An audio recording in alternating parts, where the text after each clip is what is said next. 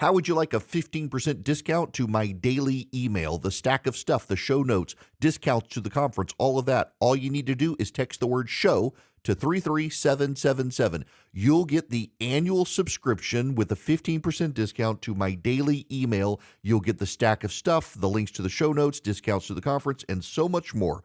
All you have to do is text the word show, SHOW, to 33777. Text show to 33777.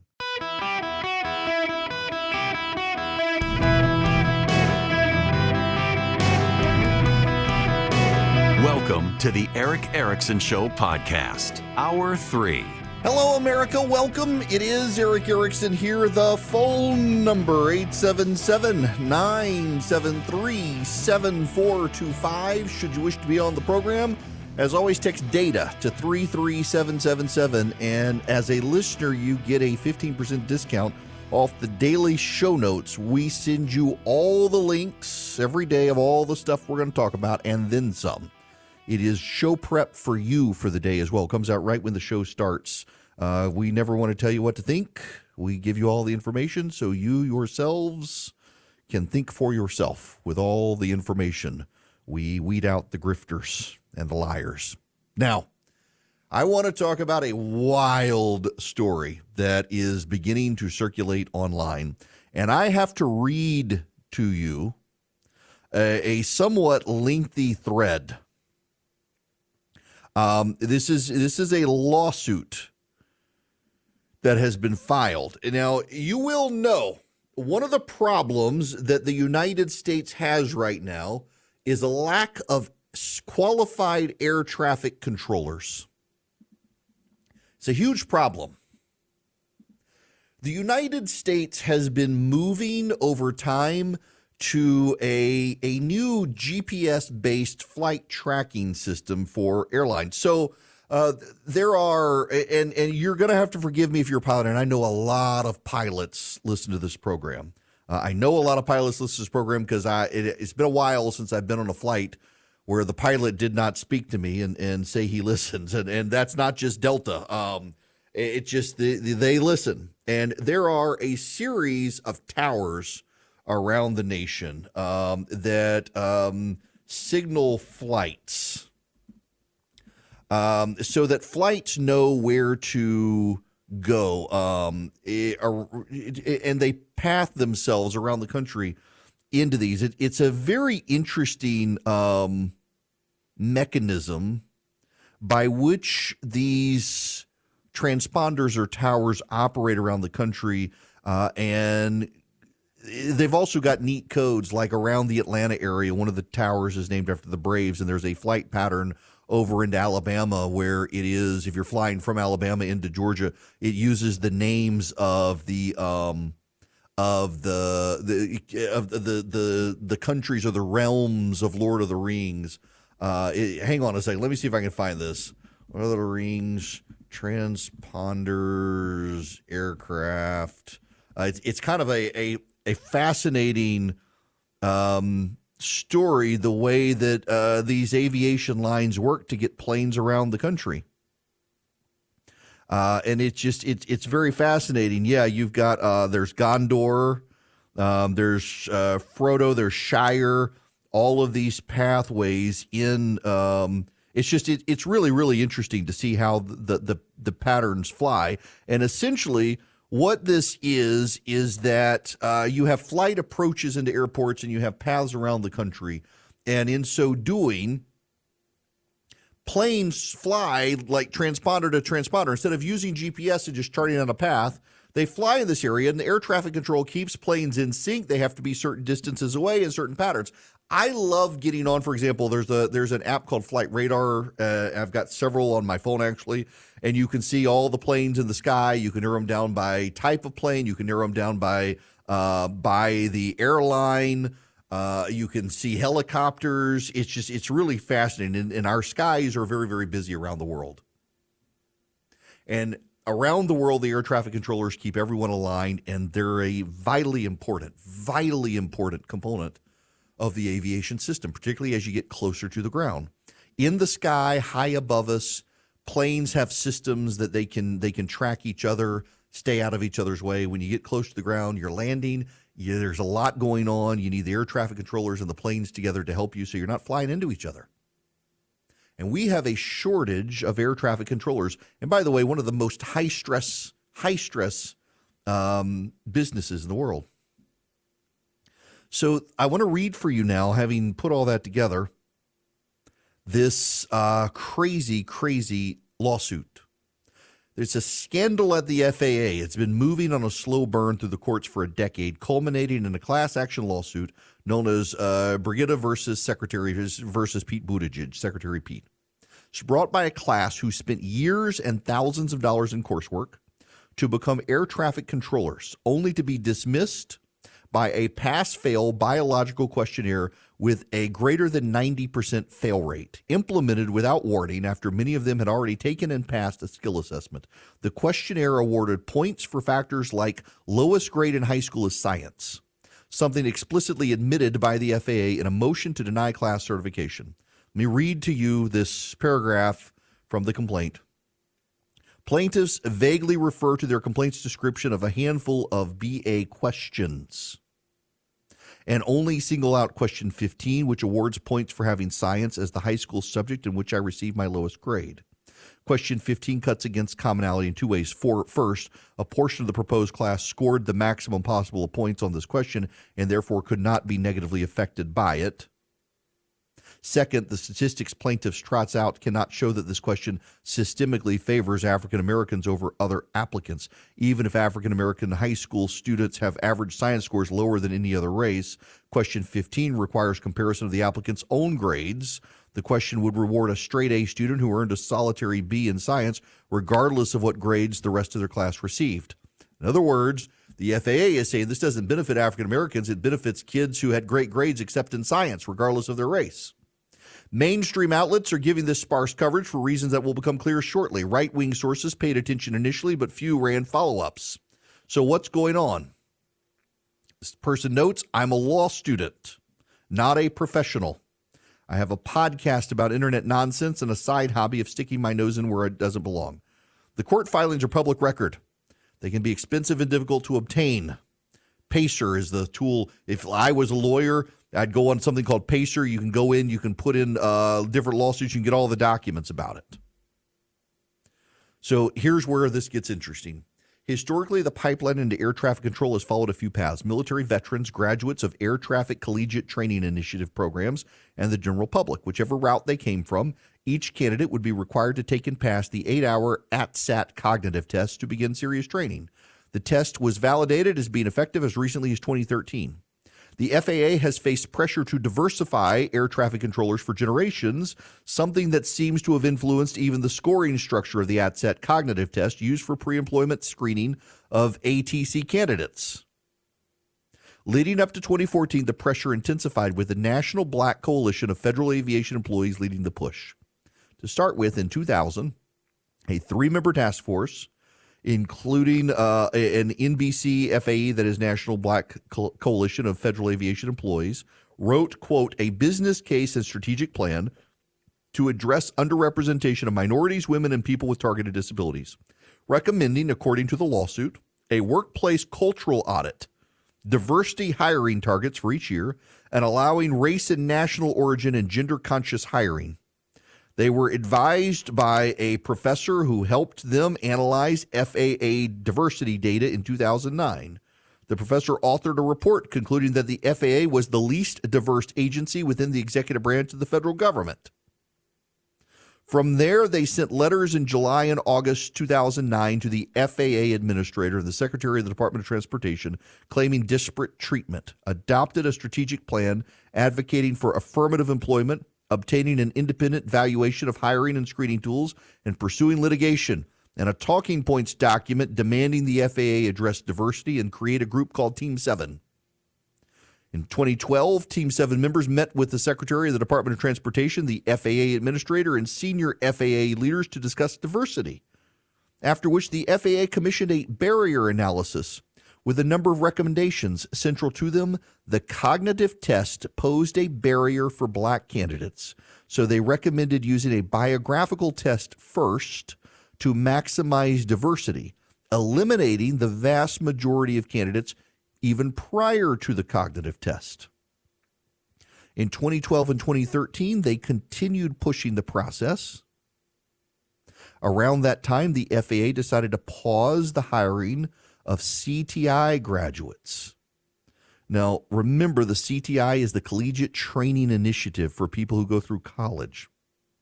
So they paused the hiring pending the implementation of the biographical assessment. In 2014, the FAA rolled out the new biographical questionnaire in line with the barrier analysis recommendations, designed so that 90% or more of applicants would fail. The questionnaire was not monitored, and people could take it home. Questions asked prospective air traffic controllers how many sports they played in high school, how long they'd been unemployed recently, whether they were more eager or considerate, and 70-some other questions. Graduates of the college program, like everyone else, had to pass this or they'd be disqualified. Schools were blindsided and outraged. A report on FAA hiring issues found 70% of administrators agreed that the changes in the process had led to the negative effects on air traffic control infrastructure. One respondent stated that their numbers had been devastated, and the majority agreed it would severely impact the health of their own programs. The largest program, training college students to be FAA air traffic controllers, dropped from more than 600 students to less than 300. It's remarkable. They began to push for diversity hirings and weeded out people on a biographical exam who factors seemed to suggest that they were not diverse enough. This piece goes on and on and on and on and on, but it seems pretty clear from this lawsuit that one of the reasons we have an air traffic controller shortage in the country is that the FAA decided that there weren't enough non-white people who could pass the test to certify that they had the cognitive abilities to be an FAA flight controller. And so they started a pretest to weed out people based on their biographical characteristics instead of their competence. I mean, this is undoubtedly something that the left would prefer, except it's also a way to try to get around the affirmative action rulings in the Supreme Court now. You can say you're not actually hiring based on race or not. You're weeding out people based on biographical characteristics, and those biographical characteristics include, did you do well in science? And if so, you might be penalized because you did well in science, as opposed to you did bad in science but better in everything else. It's just bizarre the links they will go through. And the result of this is around the country, there are all sorts of shortages in air traffic control. Do you know in New York now, planes are now regularly delayed, and one of the chief issues is because the skies are crowded and there aren't enough flight controllers to guide all the flights in the sky. In fact, if you regularly delay flights in New York, you lose a landing slot. They fight. So every airline has landing slots at airports. You're assigned a landing slot. So Delta gets this many, JetBlue gets this many, American, Southwest, they're all assigned. And in New York, if your flights are regularly delayed or you cancel flights regularly, ultimately you're penalized and you have to give up slots. Except they've been waiving this in New York because everything is so delayed and they are so short of air traffic controllers. Lots of flights are getting canceled because of lack of air traffic controllers. So they can't penalize the aircraft and the airlines because of the FAA shortage. And why do we have an FAA shortage? Well, one of the reasons is because the FAA decided to impose diversity requirements and does a pre-analysis test that weeds out about 90% of the applicants based on their biography, not on their skills and cognitive abilities.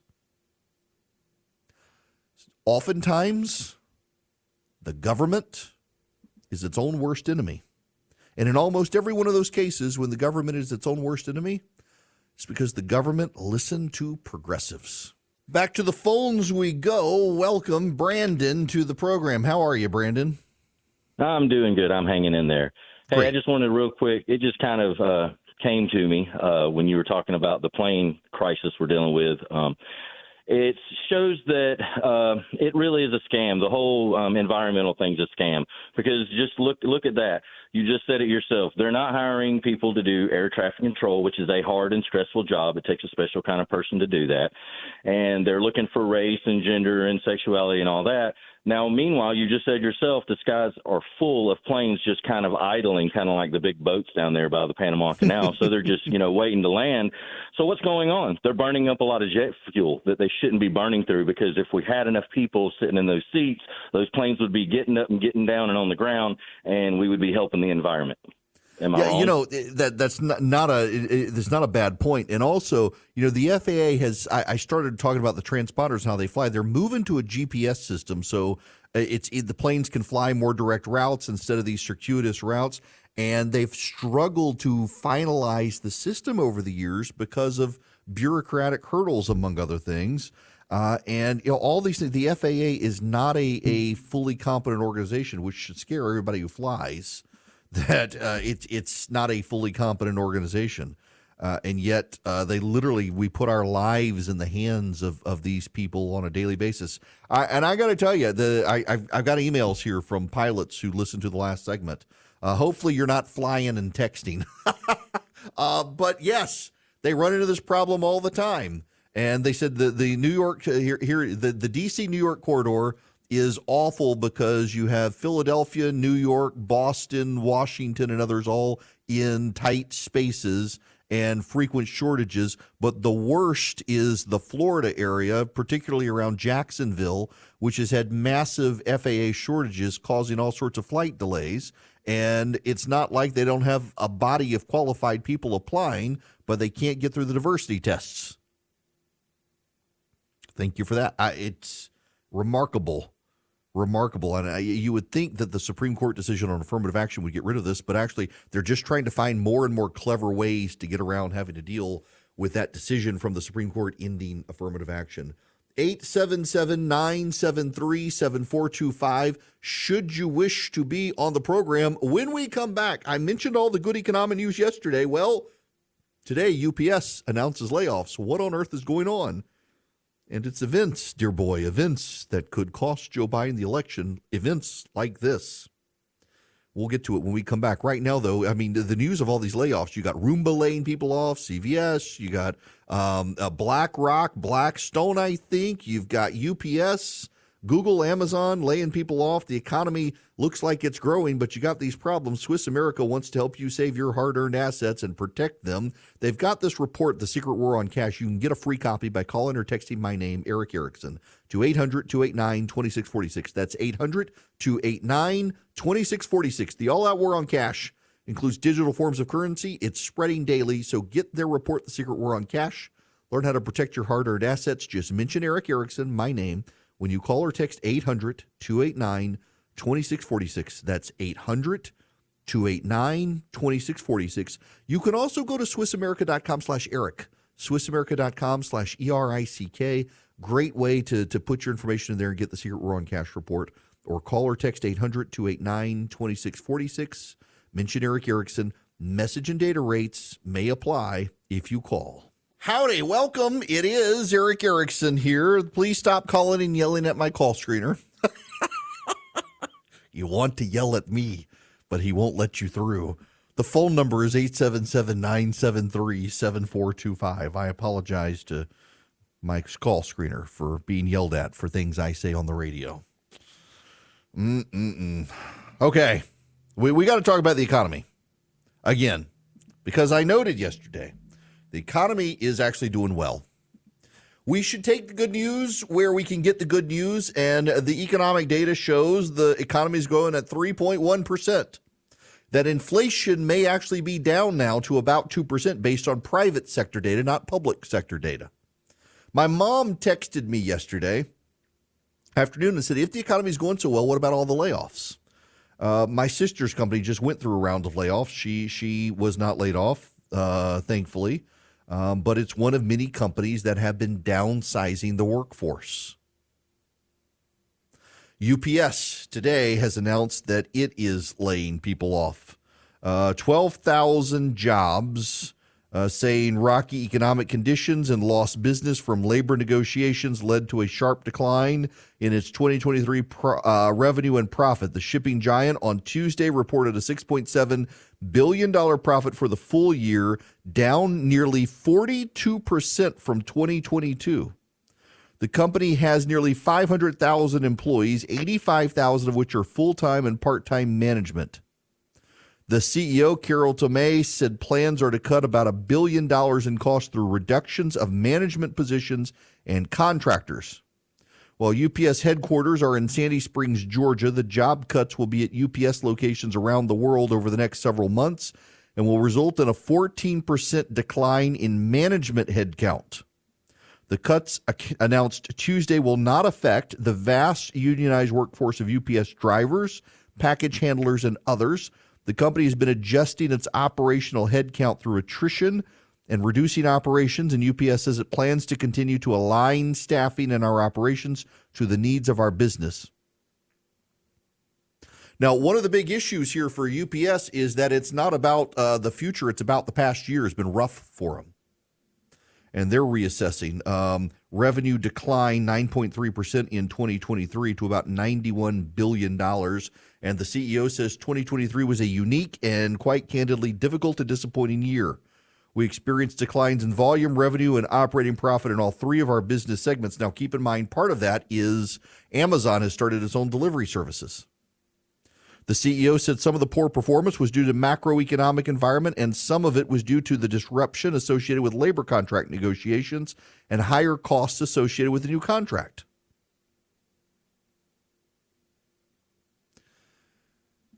A lot of it is labor costs with unionized workers. Prices are going to go up, and they're going to hit mostly management, but they're not alone.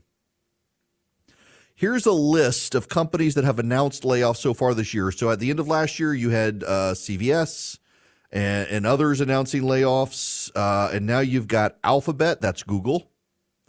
Amazon is laying people off across its film and television studios and Twitch streaming platform and its audiobook platform.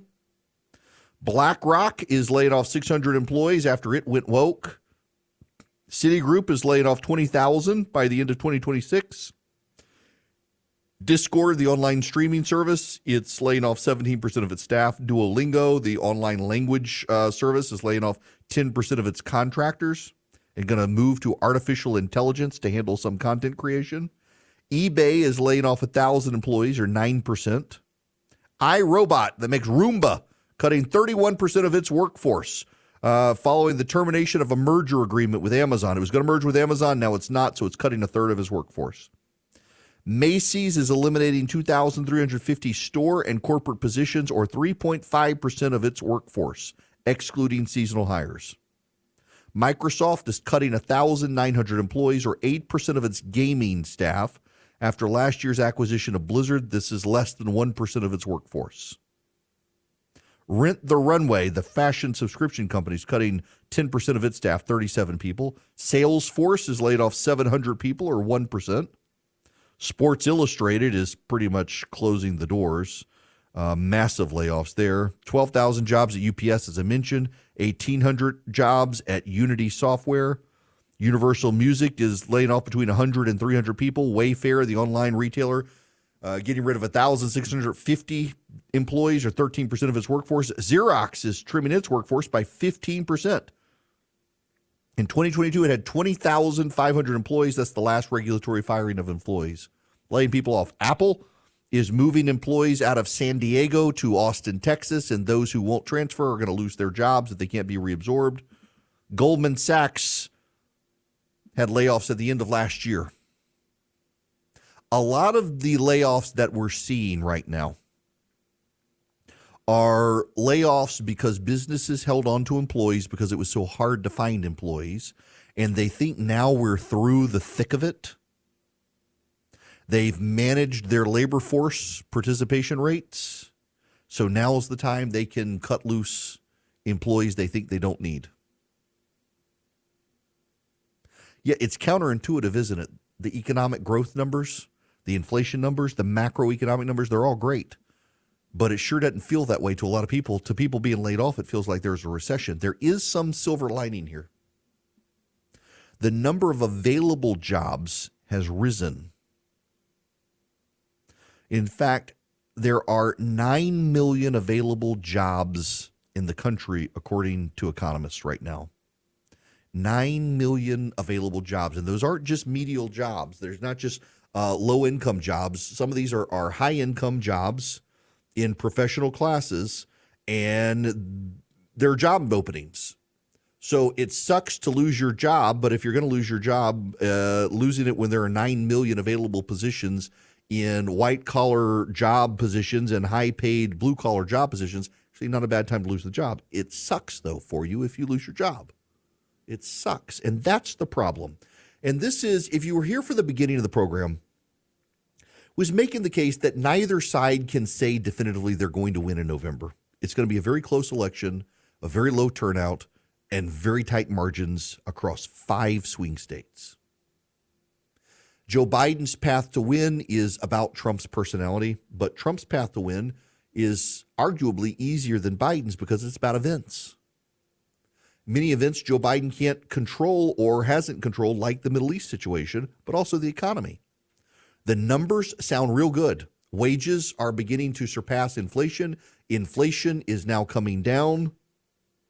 Growth is over 3%. We're outpacing every other nation on the earth in terms of growth, even if revised down. But the private sector data suggests it might actually revise upward to even more growth than we think. But it doesn't feel like it if you're losing your job. And it doesn't feel like it yet if your wages might be going up, but they haven't actually kept up with inflation yet. It doesn't feel like it. And that's Biden's problem that he has going into the November election. It feels like you're in a recession if you've lost your job. You can't dismiss people's feelings. And that's part of the problem for the Democrats. The Democrats, who are the postmodern feelings-based, I feel, I don't think guys, don't want you to believe your feelings about the economy. They want you to believe them that, well, the macroeconomic numbers are so good, of course, things are great. But maybe not at your house. Maybe not at your neighbor's house. Maybe not for your kid. So my daughter, I got an email, Hank. Hank works for Dave Ramsey. My daughter's economics class for her senior year. So her senior year at her school goes to a classical education school, and the first semester they do their senior thesis. They have to build an argument, develop the argument, write the argument, and give the argument and answer questions. It was very well done. You're teaching critical thinking skills, you're teaching writing skills, you're applying the logic classes that you've had, the speech classes that you've had, all the other stuff. And my daughter's was essentially on how modern feminism devalues women. She did a very good job of it. The second semester, though, is their economics class, and what they're doing is they're putting the kids through the Dave Ramsey program. And she's asking all these questions. She came home last night. She's like, why on earth do apartments tell you that it's $1,000 a month in rent, but they don't tell you all the fees involved? There's the pet fee involved. There's the deposit. There's the first month's rent. She says, I got to figure all this stuff out. I got to do a budget for my class. And this is blowing my mind that it's so much more expensive than I thought. And some places you got to pay for parking. Some places you don't. Some places have security. Some places don't. And what about a house and a mortgage? And oh my gosh, did you know this is how interest rates are? It's kind of funny to listen to her come home and complain about this stuff. And what do I do last night was, what do I do about furniture? And she says, this is why I got to email Hank. She says, Dave Ramsey has become the thing that is my night terror.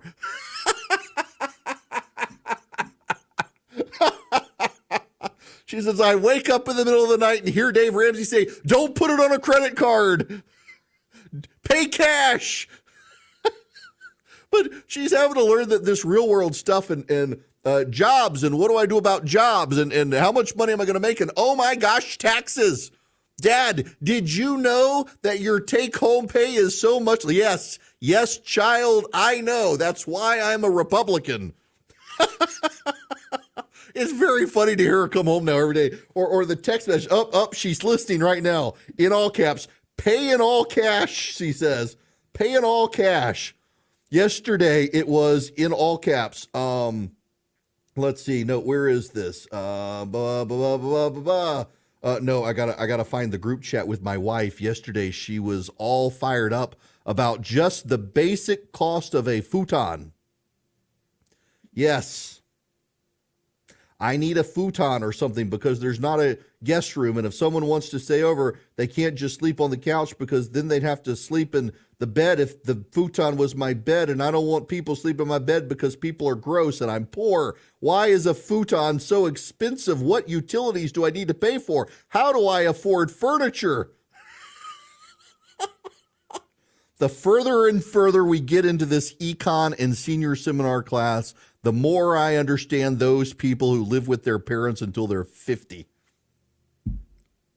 You know, reality here is if you're having to take care of your kids, and a lot of Americans are, it doesn't matter how well I tell you the economy is doing.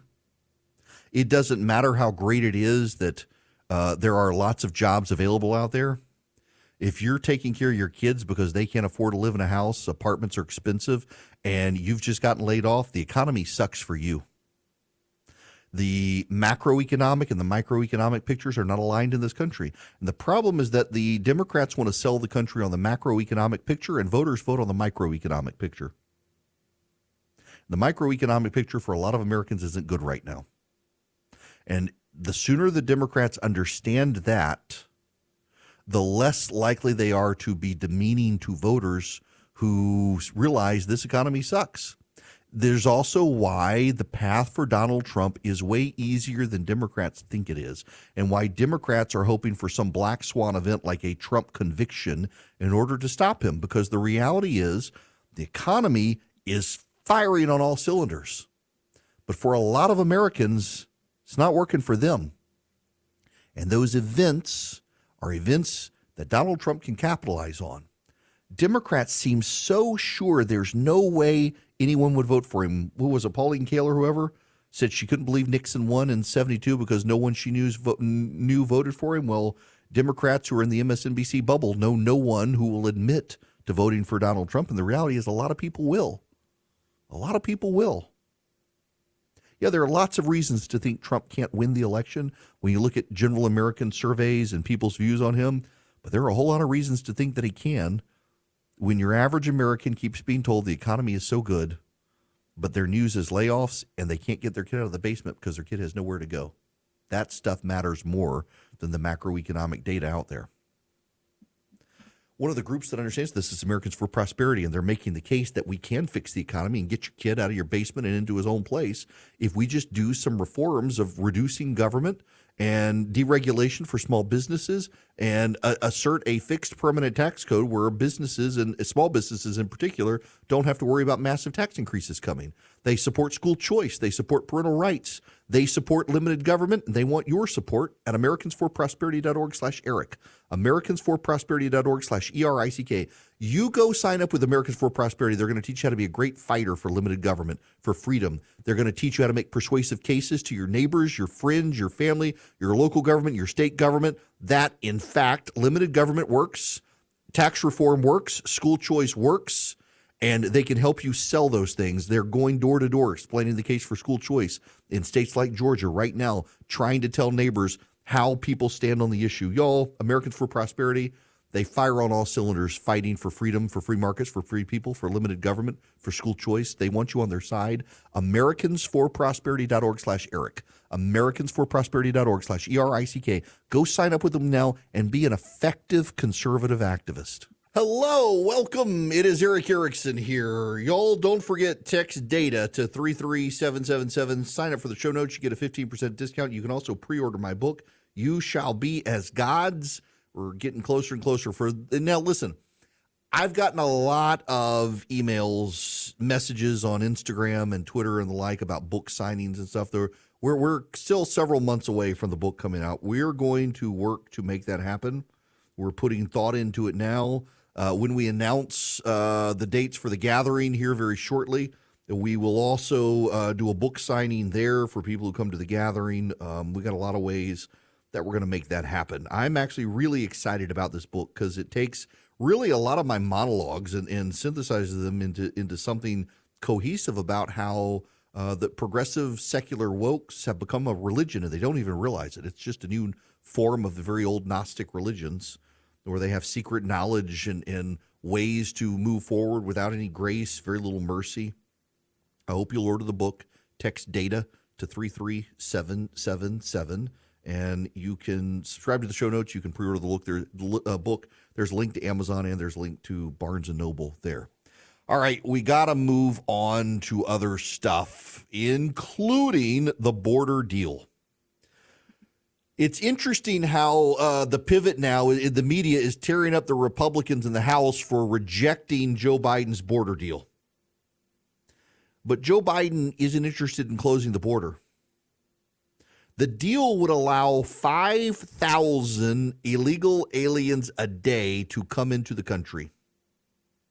And if you exceed that amount, they would seal the border so none can come in. Why don't you seal the border so none can come in to begin with? Here's the problem. This is a problem that the GOP needs to keep in mind and needs to pivot on. For all the talk of the Democrats that the GOP has wanted a secure border and now is rejecting a deal that would do that, the deal that Democrats are proposing would not seal the border, but would allow 5,000 illegal immigrants a day to come across. And if it exceeds that amount, then it really would seal the border. So instead of starting with a sealed border, they're starting with a leaky border. And they're talking about immigration. Republicans need to pivot and make this a national security issue. Stop talking about it as part of an immigration issue and start talking about it as a national security issue. We know from the FBI is deeply concerned about terrorists coming across the border. In fact, more than one terrorist has been caught, and a massive number of people from Middle Eastern countries have been stopped, and that does not include the gotaways, the people who were never caught. If you've got that many Afghanis, Syrians, Yemenis, Iraqis, and Iranians coming across the border getting caught, how many more are coming who never got caught? This is not an immigration issue. This is a national security issue. And having a leaky border where 5,000 people a day get to come across who are caught is not a secure border. If you can seal the whole border to stop anyone from coming if we exceed 5,000 a day, why not just seal the whole border now? It's not an immigration issue. It's a national security issue. Republicans should start talking about it as a national security issue, particularly with the Iranian situation and the Yemeni situation right now. I hope that they change their talking points on this. We'll see. Talk to y'all tomorrow.